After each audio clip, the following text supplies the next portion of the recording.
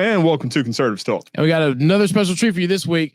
This time we're going to bring one of my favorite people in the world on, and he is a conservative digital media strategist, and we're going to talk about how we move the conservative movement more into the digital space. It's very interesting.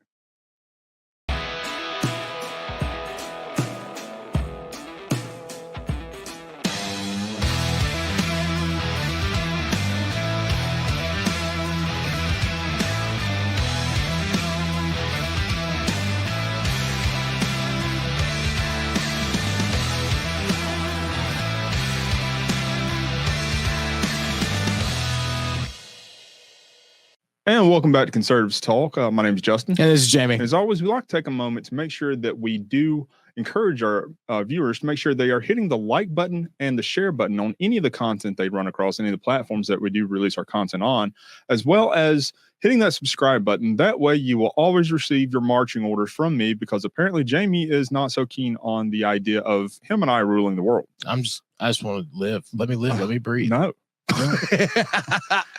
But we also like to encourage our viewers to go to our website at conservativestalk.org and hit that sponsor tab in the upper right-hand corner or the lower right-hand corner and help us out with what you're able to, because every little bit will go an incredibly long way to allowing Jamie and I to ultimately one of these days rule the world, right all wrongs, and make sure that your life is as pleasant as we deem worthy of. Yeah, anyone who knows me knows I barely rule my own world.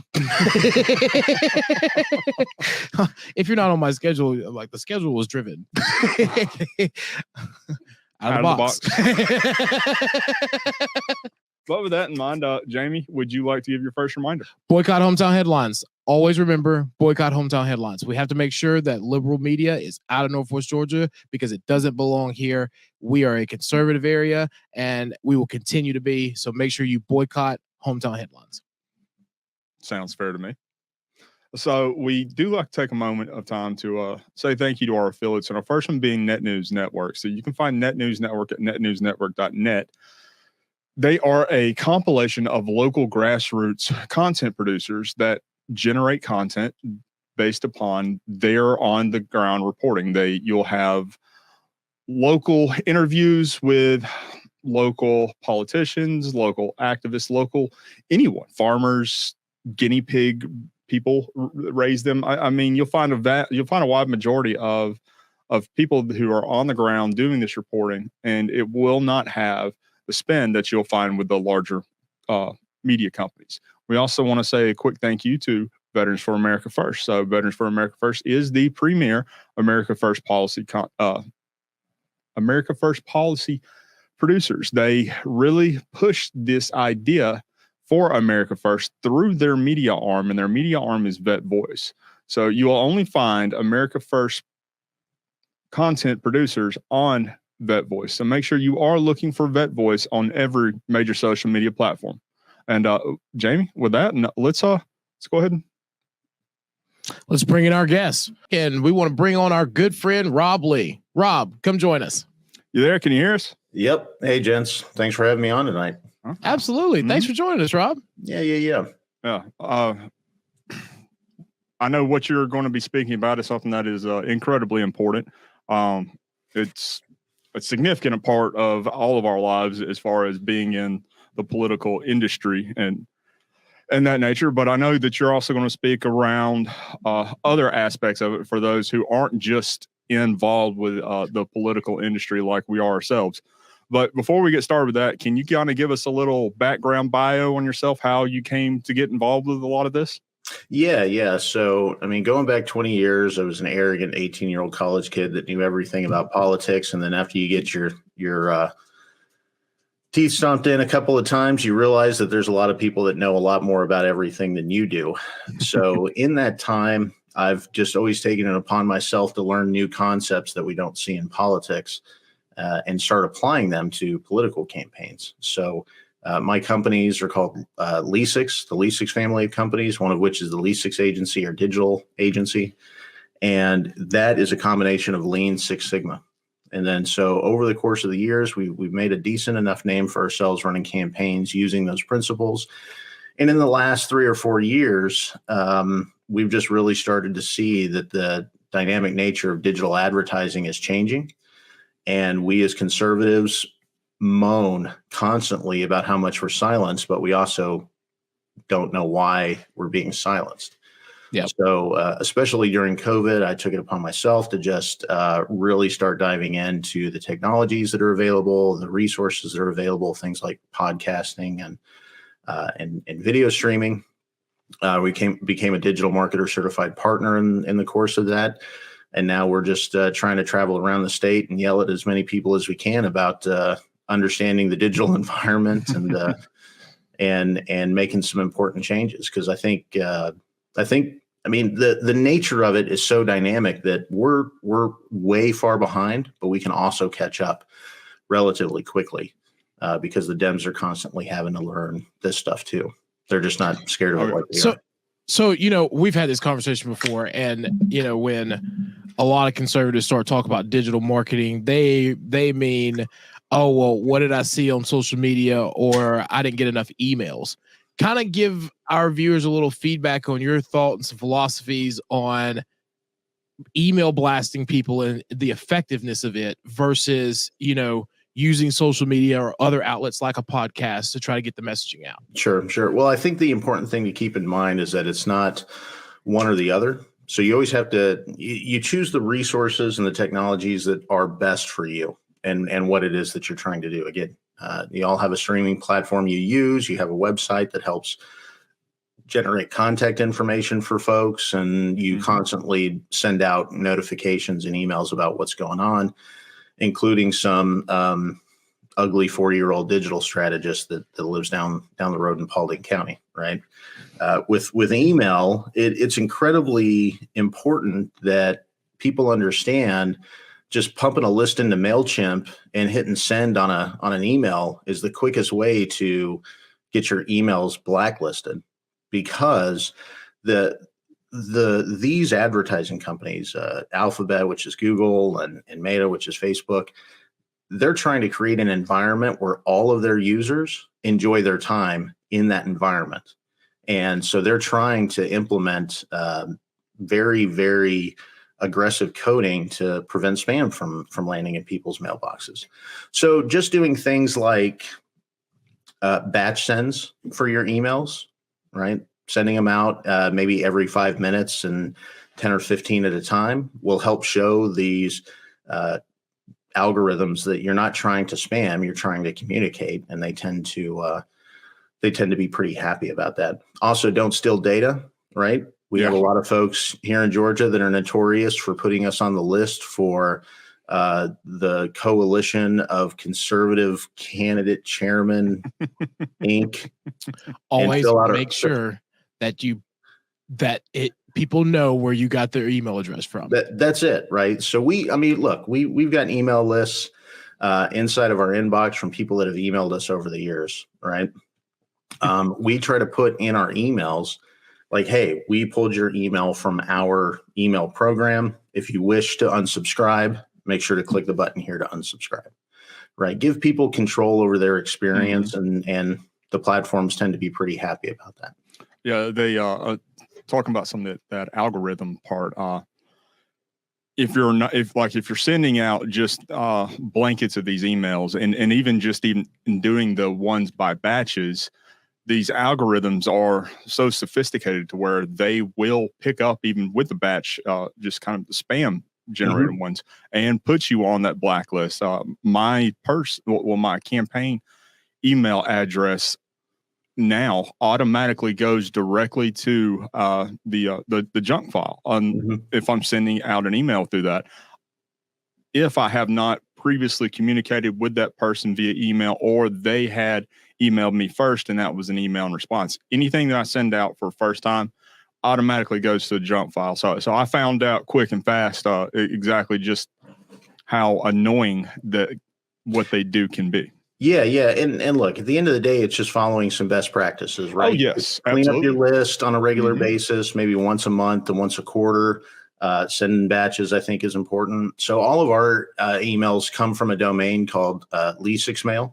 So when we send it for any one of our companies, and we send out a mass promotion, we own that domain that we send out from. So we've put a lot of work into whitelisting our domain, whitelisting the IP address, and we have a dedicated IP address for that, so that we're not doing the same stuff that everybody does on WinRed, right? Yeah. Guarantee you, if you donate to Mark Smith running for school board in Ohio, all of a sudden you're getting emails and text messages from, 20% candidate running against Nancy Pelosi to protect our future. Like, yes, and saying they have a real chance of winning. Yeah, exactly. So all of these guys, and WinRed set it up that way, right? They want people to submit information to them, and then they have control over that, and then they essentially go out and farm it to other campaigns. And WinRed was necessary, but they kind of took the technology a little too far. So we a lot of our listeners are still learning how to navigate inside the space. So explain that a little bit more. How can, if I was to give my email address, my information to candidate A, how are they going to get it to candidate B without asking me first if I never put my name on that list? Well, first off, you just have to understand that possibility always exists regardless of what you request that candidate to do, right? So if you give it to candidate A and they're willing to share that data in that list with another campaign, first off, their consultants should be fired because that list is gold. Yep. And then second of all, they can just send it over, right? And we see this with the delegate list here in Georgia. You get emails for years afterwards, and people, in some cases, people just flat out break the law and steal that data. And I know we discovered an instance of that happening a couple of years ago in the Cobb County GOP, where somebody went in and criminally stole data and added it to another organization's list. So, or I should say allegedly criminally. So I don't end up getting sued by somebody with an unaccredited degree. But all of that said, just follow those best practices, right? Clean your list and give people a way to opt out. And when somebody says, don't email me anymore, where did you get my information? Be honest with them about it. Right. And you have every right to ask that question. That doesn't mean the campaign's going to give you an answer you like, but ask the question if you're really kind of hung up. And then push comes to shove, don't use your personal emails for any of this political stuff. Right. Dude. Yeah. Or Jamie GOP list at Gmail or something like that. Yeah. Like, I think it's also funny too, because what became known, what I grew up knowing, right, other generations don't understand. Like, you create a free email account for its own purpose. Like, you don't have, like, there's an email account that if I'm going to go sign up for a sweepstakes, I use this one. I pay bills with this one. I do XYZ with this one. But a lot of people will funnel everything through one email account, and then everything gets lost inside of the wind. Oh, yeah. Absolutely. And my personal email is very much like that, right? I probably get 2,000 emails a day from all kinds of legitimate sources and illegitimate sources. So just practice some safeguards, right? The same way you would do in your home, right? You're not going to give your key out to anybody, so don't give your email address out to anybody. If you have problems, ask. If they give you an answer that's suitable, you can say, all right, well, it's fine. I understand why you got my email and you're sending it to me.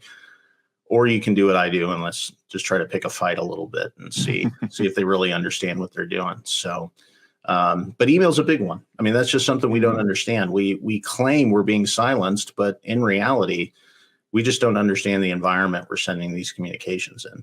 And we should do more to understand that environment, because once we do, we'll catch up pretty well, pretty easy.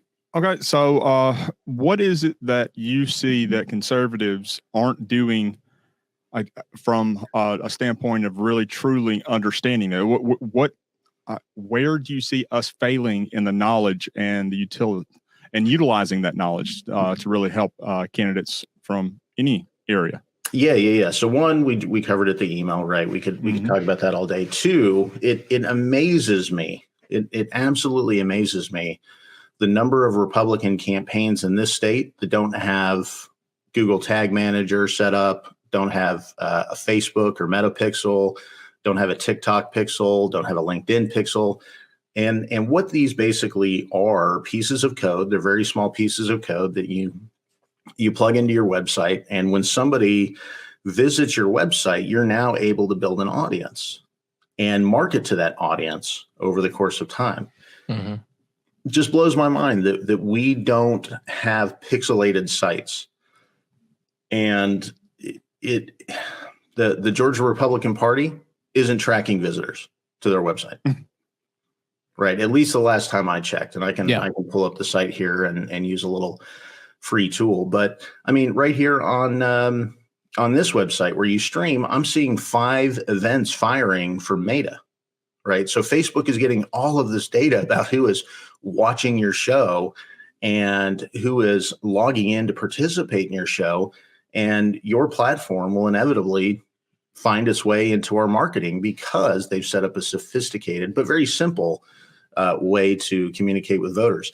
Just blows my mind that we're not doing more to educate ourselves about this.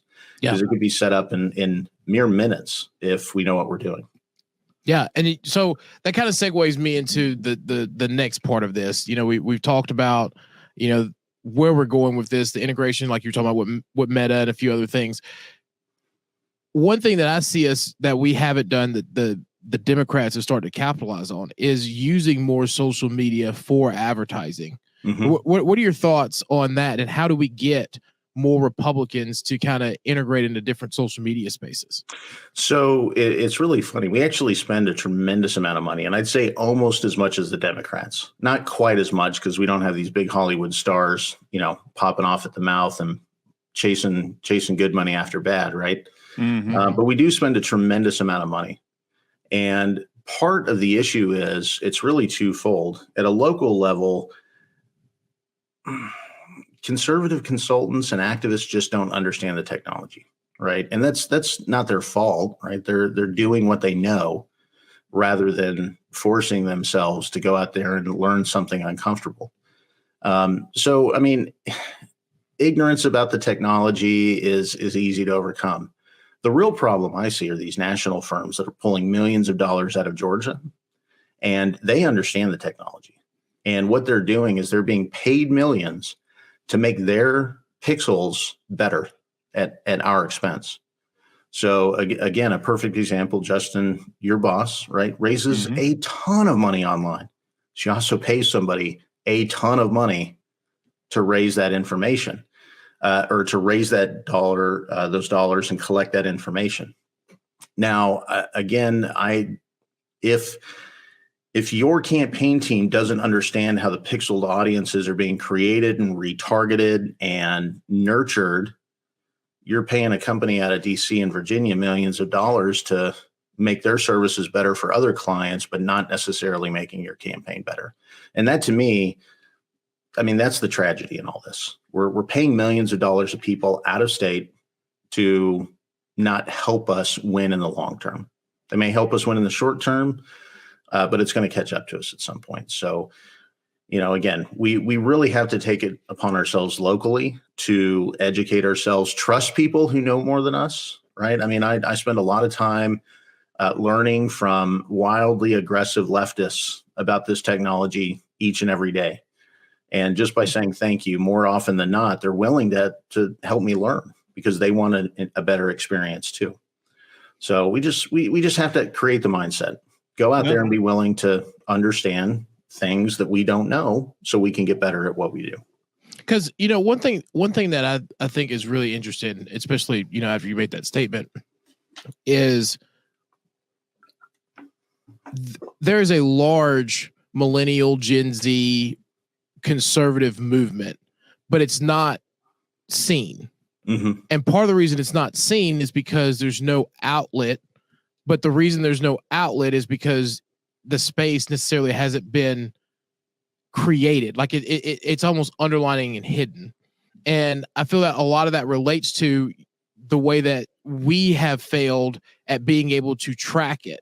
So like you can see where conservatives will go to different things or young conservatives will be in part of groups, but because we don't know how to access that data, we can't definitively say this is where it's at. This is how we increase our target. This is how we go after those individuals to get them to come out more.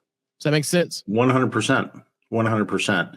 And we need to do that because look, these young conservatives, as much as you might hate it, they're loving TikTok because it speaks to their generation.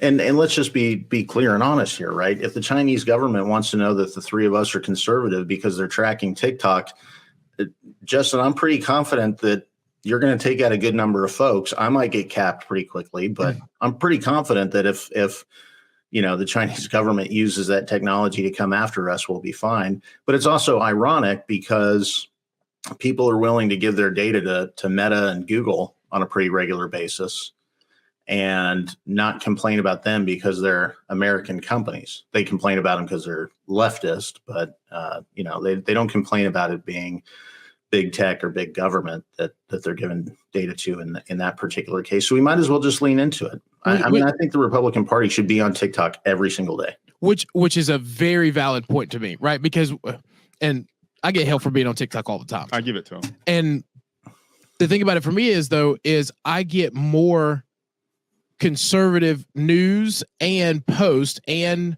interaction with other conservatives because of the way TikTok sets up their algorithm than I do on any other social media site. I find myself fighting more with liberals who are basically the algorithm on Facebook or other social has gone to entice people who are trying to combat conservatives online and fight with them in comments that will be drawn more to my post once it hits, a larger portion of the algorithm versus where in TikTok, it's giving me more of, positive feedback because that's the information I'm seeking to. And there's not necessarily, there's a comment feature, but there's not more people don't really interact the same way they do there than they do on other platforms. Absolutely. And that's again, part of understanding the nature of these platforms. Facebook was created, almost 20 years ago now, right?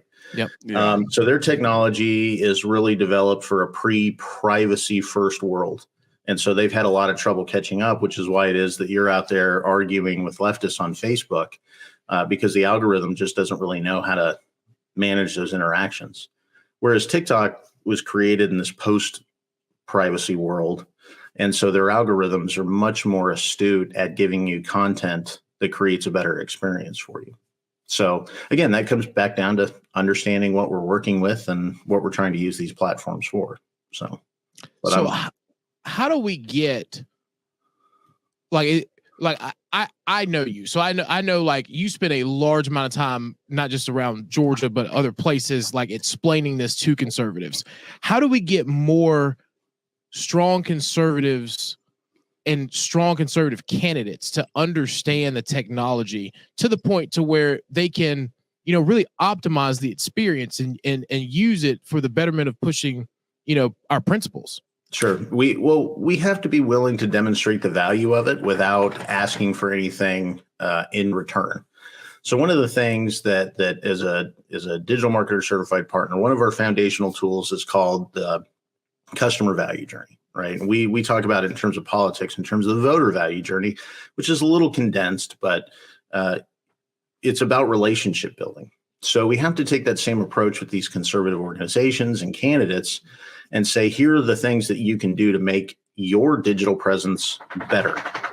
And then we'll get a chance to interact with them and they'll start asking us questions and they'll get to the engagement phase. And then eventually they'll get to the point where they're like, okay, let's start doing this stuff.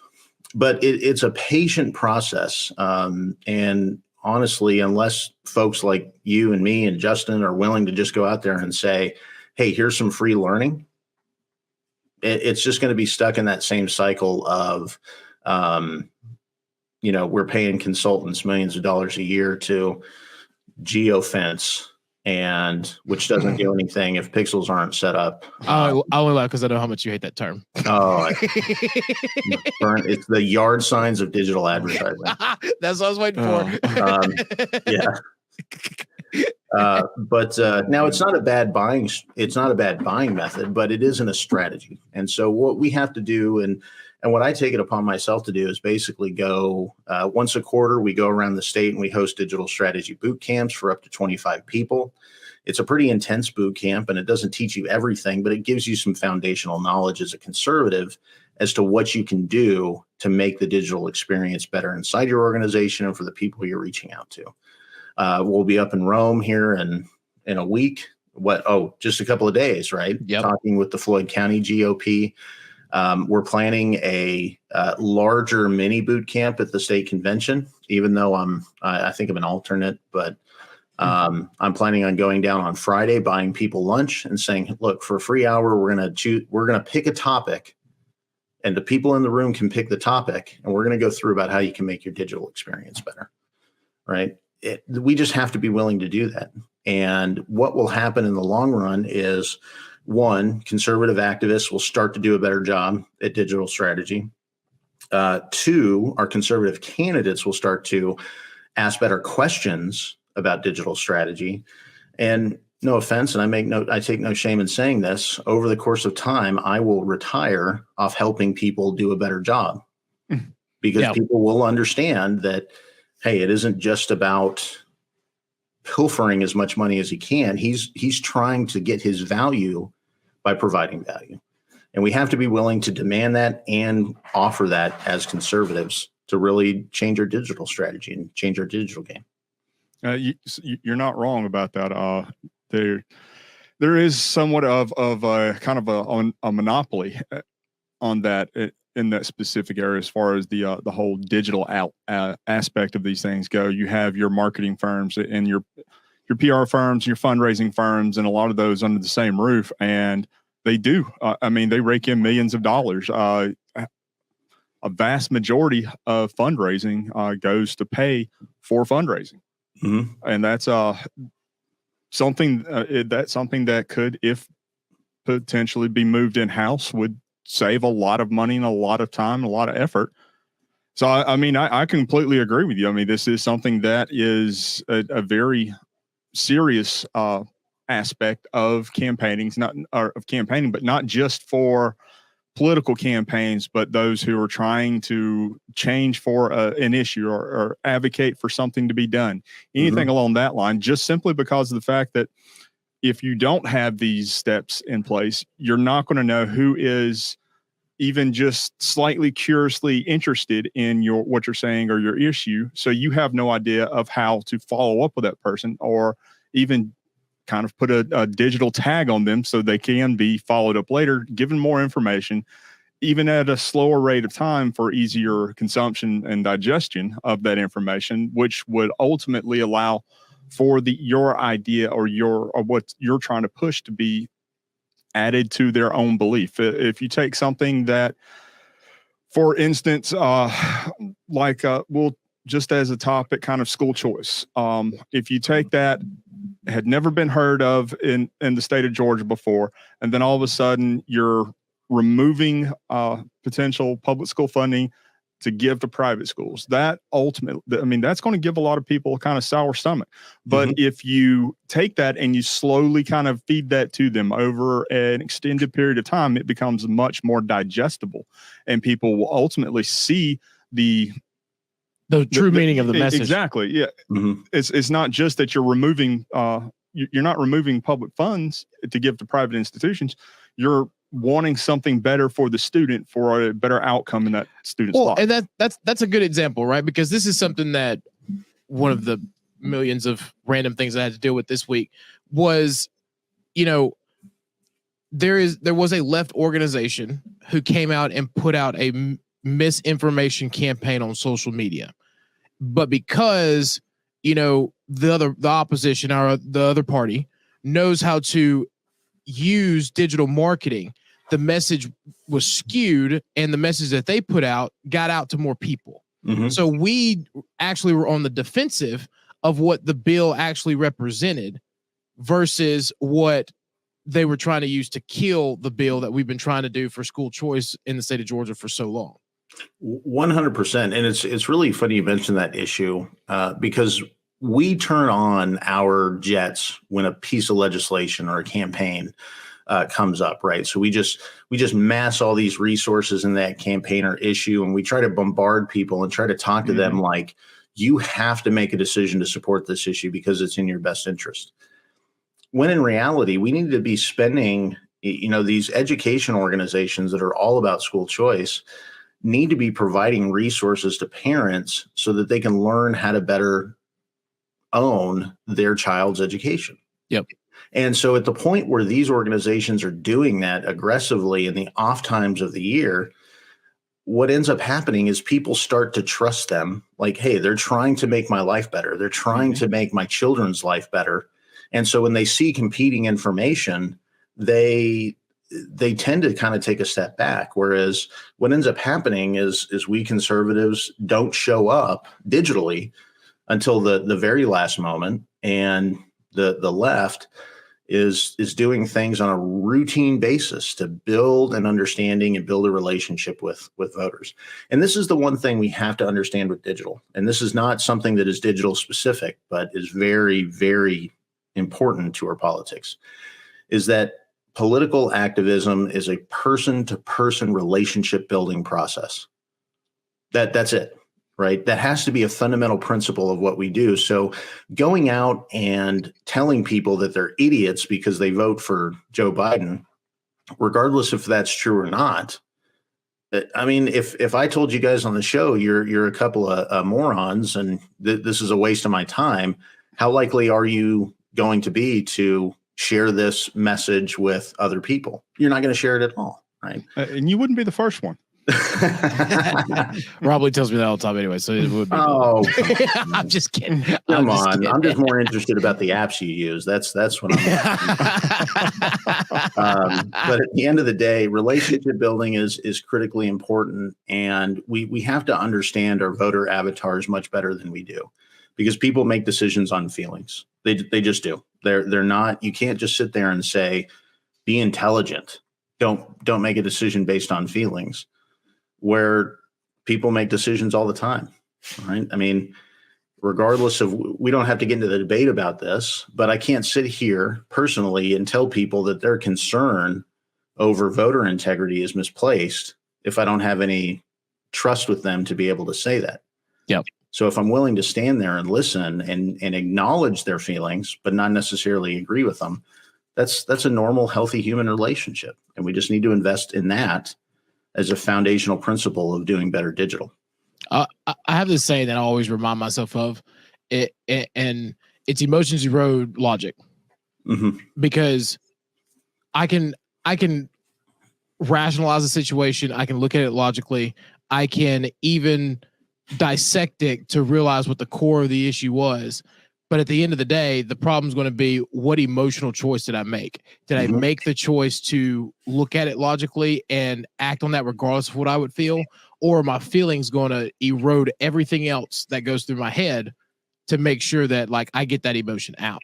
Mm-hmm. And that's how we vote. That's how we make decisions. That's how we, find friends. That's almost the core of the human existence. Mm-hmm. Would an example of that be standing up in front of an official commission and stop? I'm intrigued. What are we talking about here? Stop. We're not going any further. We can go into that offline. Oh man. When I get mad, here's the thing. I can be logical all day, but once I'm mad, I'm mad. And it takes a lot to calm me down. Otherwise, may God have mercy on whoever's soul is on the other side. Well, let me throw a grenade into this conversation. I've noticed you've not mentioned hometown headlines or hometown news, whatever that local rag that you rant and rave about. You've not mentioned it once. So that will be we do that in the beginning. Yeah, that comes in the beginning. Okay. Yeah, we typically try and keep that out with our guests, but honestly, you know what? That's a good point too, because here, this is another perfect example, especially to the conversation. When this started, we had kind of started our podcast, but the hometown headlines was the only left-leaning column inside of all of Northwest Georgia at the time. Well, it really wasn't even left-leaning until 2020. Well, and what I mean by that is like they went through an acquisition period, and during that acquisition period, I guess you could say the person who writes the column was given a little bit more freedom under the umbrella of not necessarily the paper that they're that they're printed in, but the umbrella organization that owns them, to be a little bit more vocal about their opinion. And so with that, there were an emotional attacks that came with that. So as combative, thinking of it logically from a business standpoint and emotionally, the easiest thing to do was boycott hometown headlines, because it's working. Because then it crosses all three of my personal necessities and needs to feel whenever I make a decision.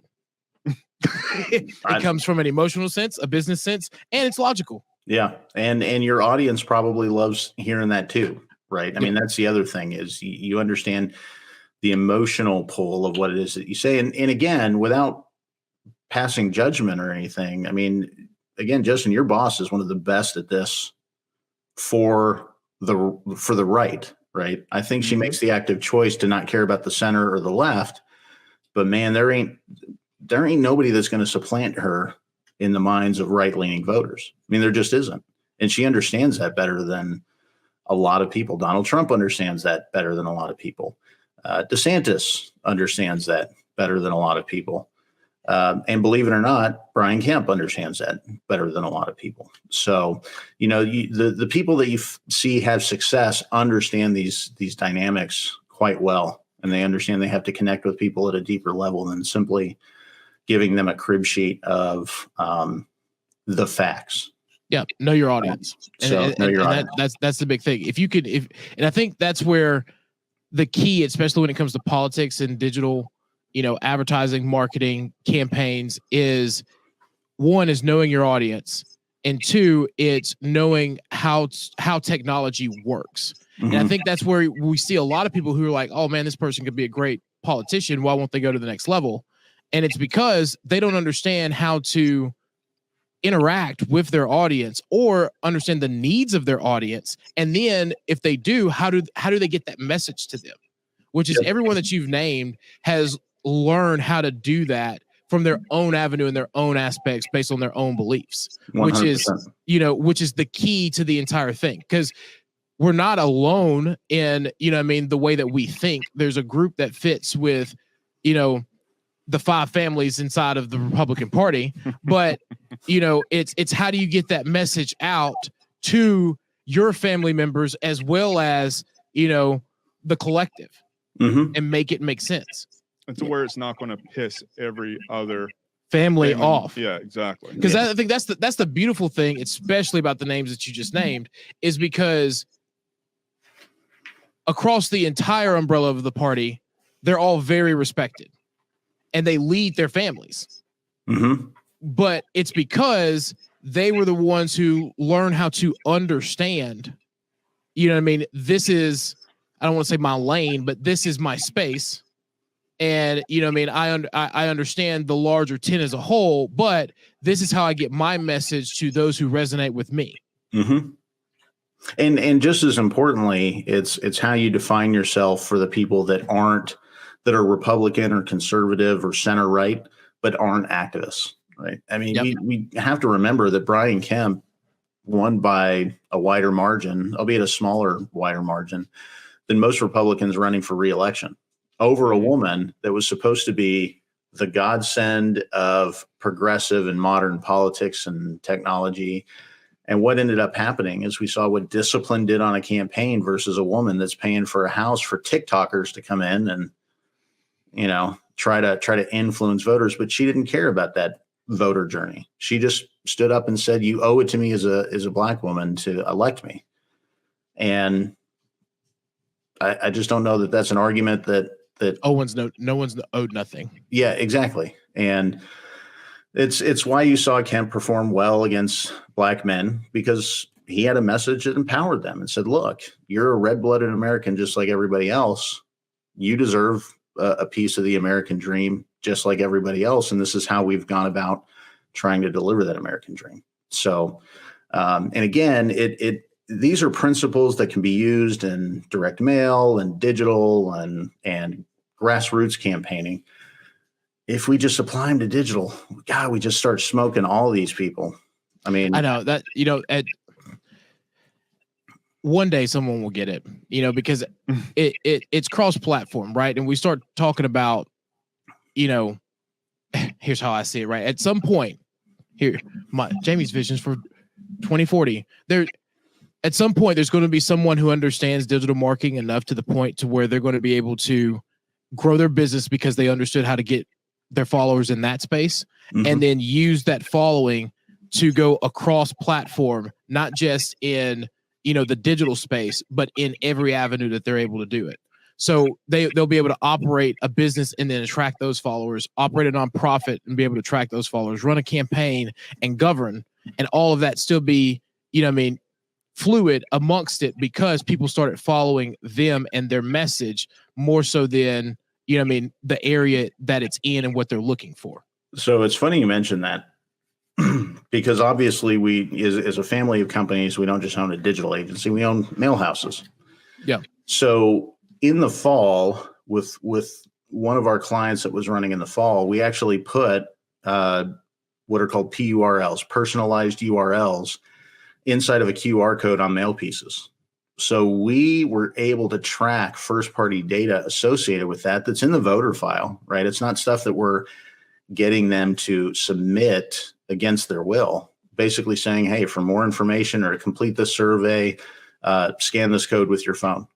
And then when we're able to do that, we're actually able to embed code in our landing page that says, hey, Jamie, glad you're excited about our survey. Make sure to fill it out below and we'll send off this great, cool bumper sticker, right? Mm-hmm. So it's all there already. We take a lot of pride in the fact that these are the types of things that we're doing for folks, because this is how it is that good conservatives win. I mean, it just is. They win in the legislature, they win on the campaign trail, and we end up defending a majority as opposed to trying to defeat a majority, 10 years from now. That's a solid point. So if there was one thing that you could ultimately give advice to for anyone as far as a campaign advocacy organization or just your typical grassroots activist, if there's one thing that you could tell them that would be your best advice for utilizing digital or the digital campaign aspects of this, what would it be? Have an open mind and go to a website called digitalmarketer.com. Right? They're agnostic to politics. They're about helping people make money. But a lot of the stuff that they teach, and they have a number of certifications, and again, part of the Certified Partner Program, there is a wealth of information from people that are incredibly intelligent. And if you have an open mind about what they're trying to teach you, you're going to learn a tremendous amount of tactical knowledge, principle, foundational knowledge to go out there and make the Republican Party's digital presence, like I said, as good as the Democrats within one cycle. We just have to be willing to look at ourselves and say, I don't care if these people are conservative or liberal. They know things that I don't know, and I'm willing to go out there and learn it. It's like open source. I mean, and it's like we use the information to better conservative movements, whereas others use it for their own movement.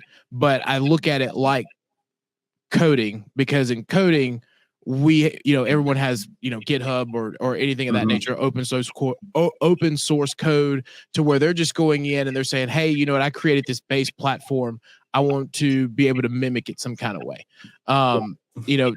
The platform for Twitter is a good example, because that became one of the most, the file sharing, it became one of the most used open source codes. And everyone kind of took that model of, limited character posting to get, thoughts, ideas at a very quick instance out, and they've mimicked that in multiple areas. Mm-hmm. And so I think that's one thing that we have to think about when we start thinking about the digital space as a whole when it comes to politics, is on the consulting side, it's a little bit different than it is on the regular political atmosphere, as to where, I'm red, you're blue.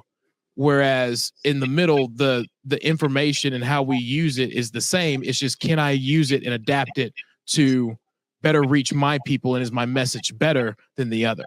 Yeah, and ironically enough is the capitalist model, right? You take things that we know and you compete in the marketplace and you figure out ways to do better than your opponents. So, and the other piece of advice I give, Justin, if you allow me a second one, please, absolutely, get away from worrying about getting your website up and actually build an entire system to be able to communicate with somebody. So if you have when you have your website, ask the question of, all right, somebody gives me their email address, what happens next?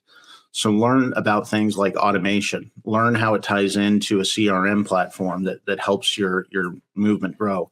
Learn about how it fits in with all of these pixeling and pixeled audiences and how it feeds information back to those platforms so that you can effectively use them. Get away from this idea of, I just have to have a website up.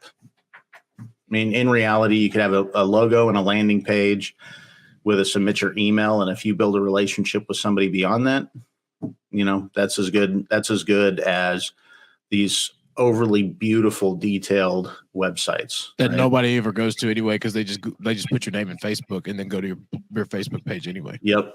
Which is interesting enough, right? Because the landing page is big in the sense because that's where you try to even regenerate or where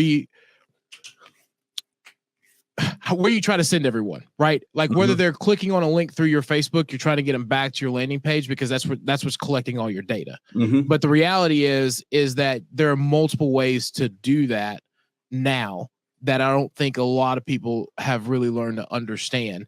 You don't have to use the URL as your database to collect everything, or how a lot of people now use their Gmail or Google Drive or things of that nature. Yeah, 100%. And those automations are easy to set up, and you can really take a lot of work off your hands when you take the time to understand what capabilities are available there. So, and then you can decide whether or not you even need a pixel on your site.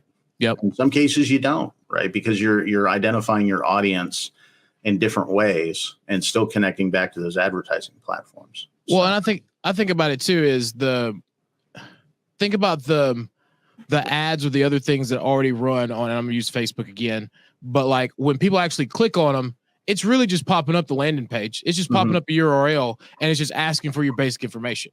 Like whether you were to copy that link and then just type it in, that's all it really needs to do. Logo, background, fill it in the information. And then it still filters the same way to send out emails, CRM stuff, everything else. 100%. And one thing, and again, if you guys let me talk for like 6 years, I'll talk for 6 years, but I promise I'm getting deep. Political parties, local political parties should become content engines. They should be doing what you gents are doing, producing video, writing blogs, and their advertising should be focused on taking people to information so that they can engage them and using that to track what links are clicked on the most and producing more content in that regard. And becoming, it becomes circular and self-propelling because you start to learn what content works best and how you build those relationships with people, as opposed to just sending them a landing page that has your nice, beautiful logo on it. So yeah, another piece of free advice to any candidate or political party out there, but they should follow what you guys do and do more of it. Well, I'm gonna play a devil's advocate here for a moment. On the conservative side, the notion that the vast majority of the people who vote conservative typically are the older generation, and that generation doesn't have a lot, or they don't take advantage of a lot of the access that they would be able to or have to social media platforms, to any sort of digitalized platform.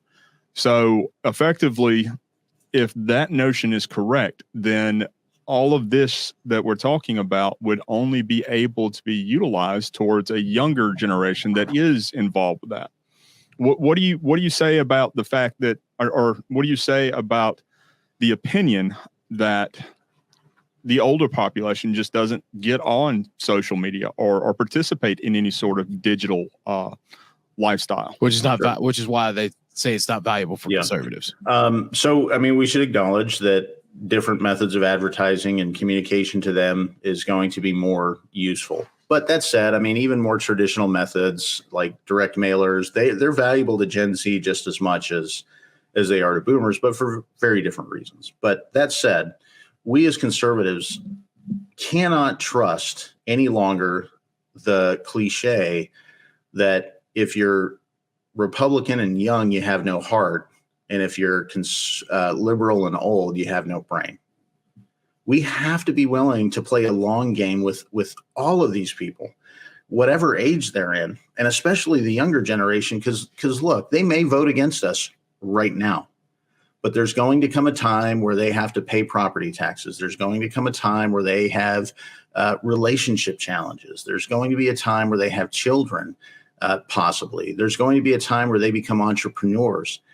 And we have to be willing to invest in them right now when they don't like us, to demonstrate that this is a relationship worth having later on down the road. Again, we just have to get out of this mindset that says we have to go out there and pick fights with every leftist. It's okay. It's okay to look at somebody that's 18 years old and say, what's important to you, bud? How can I help? And if they give us the finger, then guess what? Say, you know what? I appreciate your feelings. Here's my contact information if you ever have a question. That will go a long way in 10 years when those people find that the left doesn't care about relationships, they care about categories. Yeah. So we just have to be willing to invest, right? If your mindset is we have to get immediate returns, well, frankly, you're a bad business person as well as a bad political activist. You have to be willing to invest in people and processes. So I learned that. I mean, and so I'll expose myself for a little bit, right? During campaign season, I engage more on social to be combative because I put more things out there because it drives people to a platform or makes them make a conscious decision one way or the other. And so you usually will see larger input or more focused input over a stream of time from my, interactions with people during that time frame. One thing that I've learned during that is it was easier to pull more young people to the conservative ideology if I would engage with the older person, someone who's my age or older. Like, I might be combative with you because I'm now challenging your perspective. But someone younger, if you take that opportunity, because that may be the only person that someone has an interaction with from an opposing opinion, to question why they got to that result and then try to encourage them to look in another direction or encourage them to, send them more research or things of that nature to validate your opinion, then that does a lot more for someone who's younger to kind of go ahead and start switching in their mind frame of why it's better to be a conservative as you mature. 100%. Couldn't have said it better. I mean, and if you're on my Facebook feed, you'll notice my personal feed has very little about politics. But also, if you're involved in the Paulding County Republican Women's Group, I go on there and do the same thing. I pick fights all the time in the comments section. But that's because I have two different audiences. I like connecting with people that I went to high school with or debated against in college or have a business relationship with that was from ages ago. I like being able to see what they do in their life as opposed to constantly telling them, well, would you like to protect that? You better do it as a conservative, right? Yeah. I mean, each platform has its own timing. Each page has its own message. You know what I mean? And that's a whole nother thing of, those of us who operate heavily in the digital space is not just your messaging or interaction during a time period and how you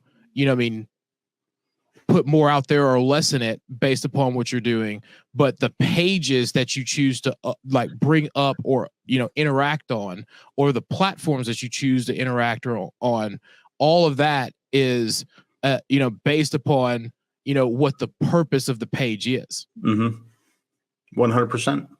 100%. You get more content based on that. So based on what you interact with. So like I said, I could go on for 6 years if you guys let me. And, but what I'll say is if people follow your example, I think within a couple of years we'll be in a good spot.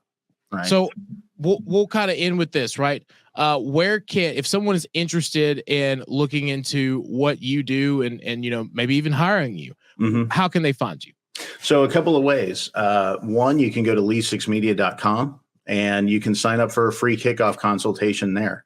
Right. It's completely free. There's no obligation, but we're going to spend about 60 to 90 minutes with you asking some of these fundamental questions of, do you understand your voter value journey? Do you understand how this fits within the larger framework of your political objectives? Right. How do you do these things well? Are you great at producing content for folks on the front end and converting them into voters on the back end? All of that kind of stuff. We value being able to give free tools to campaigns, regardless if they hire us or not. Now, obviously, we would love for people to hire us at particular times, but you can start that at lead6media.com. And if you're ever interested in joining one of our political boot camps, you can go to pbc.lead6media.com and see what the next quarterly session is. Our next one is coming up on May 6th in Warner Robins. And in some cases, we've had people from Augusta drive over to Paulding County when we did one. We have people come from other places. So if you're willing to get a free lunch on a Saturday and spend 3 or 4 hours learning some of these foundational tools and principles for digital advertising, like I said, PBC, politicalbootcamp.lead6media.com. Rob Lee, as always, thank you, my friend. Absolutely. Yeah, appreciate it, guys. And I guess we'll see you on Saturday, right? Yeah, absolutely. Yeah. Next time we're going to have a conversation about yard signs. Oh, picking that fight again, ain't you? Always. I can only imagine. Thanks, buddy. Yeah, we've had our own. But yeah, so it has been a pleasure. You have been incredibly informative, and we truly we're truly grateful that you decided to come on and join us here. Yeah, thanks for letting me invite myself and join you guys. I appreciate it. No problem at all. Well, Rob, it was great speaking with you, and we will see you soon. All right. See you guys. See you. And again, we want to say thank you for Rob for coming on, because in all honesty, everything that he was talking about is incredibly valuable to what we as conservatives need to really understand, and where we can shift our focus to bring our message and to bring a message that save our country to the forefront. And I think it's really important, especially the timing of this message, and part of the reason why we think it was a good idea to have this in the middle of our series for, where we're bringing on the people who are running for the executive committee and the GOP. It's a lot of what we talked about is what helps keep Georgia red. It's what will help keep conservatives in the forefront of getting information out to more conservatives. And so I think it's going to be big, for our state, for our country, and, the conservative movement as a whole, that we learn how to operate inside of the digital space. Justin and I, when we first started this platform, when we first started this podcast and all of our other platforms, it was this big push of, if we're going to be censored, or if we're going to be labeled as false information on the major media sites, then it's time for us as conservatives to start producing our own content, to start building our own platforms. And as a part of that movement that you're seeing with the other apps that have come out, like True Social, like, Getter, like Rumble, people creating podcasts, what, Veterans for America First is doing with Vet Voice, all of this kind of operates together. And then once we really know how to utilize that space and get that information out to candidates, to Republicans, it just continues to, grow and become more the forefront of how we continue to shift the minds of the youth to, continue to push conservative values. Absolutely. And I would say it's not just the youth that are critical for this. One of the things that we were speaking about being that, there's a mindset that the older generation who are routinely very voter driven, that there's a very high likelihood that they're going to vote. Yeah. I don't buy into the notion that they are not on social media. it might not be as big a part of their life and their world as what it is for the younger generation, but they are on. I can't tell you how many screenshots or how many photos that I go through in my feed from grandmothers who have just been visited with their grandkids. Yeah. I mean, a lot more people are on these social media platforms that are of an older generation than what we think. So the fact that we really need to capitalize that on reaching these voters who are high propensity voters, I mean, is crucial. And what Rob's doing there with what his mindset is and really driving this digital media engagement with the voters is a very big deal. It's very crucial. Absolutely. I mean, I 100% agree. You know, it's conservatives are going to find their way. You know what I mean? And what I mean by that is younger generations, millennial and younger, we use the platforms more like Justin was saying, but that doesn't mean that the older generations who are, you know, historically more likely to get out as a generation to vote than the younger generations are, still use the platform. So it's on us as consultants, as media people, as, you know, candidates to get the message out. Yes, absolutely. So with that, we have to take a quick moment to close our message. And we do that, as always, by encouraging our viewers to make sure they are hitting the like button and the share button on any of the content that they see that we produce and release on any of the platforms that we do release it on. As well as make sure you're hitting that subscribe button, because you never want to miss a single order that is given by us, because as we've shown over the past year and a half now, that Jamie and I do know everything. We can make your life better. So it would be easier just to turn everything over to us. I'm going back in the box. And we also like to take a quick moment to encourage our viewers to make sure they're going to our website at conservativestalk.org and hitting that sponsor tab in the upper right-hand corner or the lower right-hand corner, and help us out with what you're able to, because it does take money in order for us to be able to give you your marching orders so you can have the life that Jamie and I deem fit. So out of the box, in the box. We also want to say a quick thank you to our affiliates, and our first one being Net News Network. So you can find Net News Network at netnewsnetwork.net. We want to say a quick thank you to Veterans for America First, and you can find them at vfaf.org. We also want to say thank you to Vet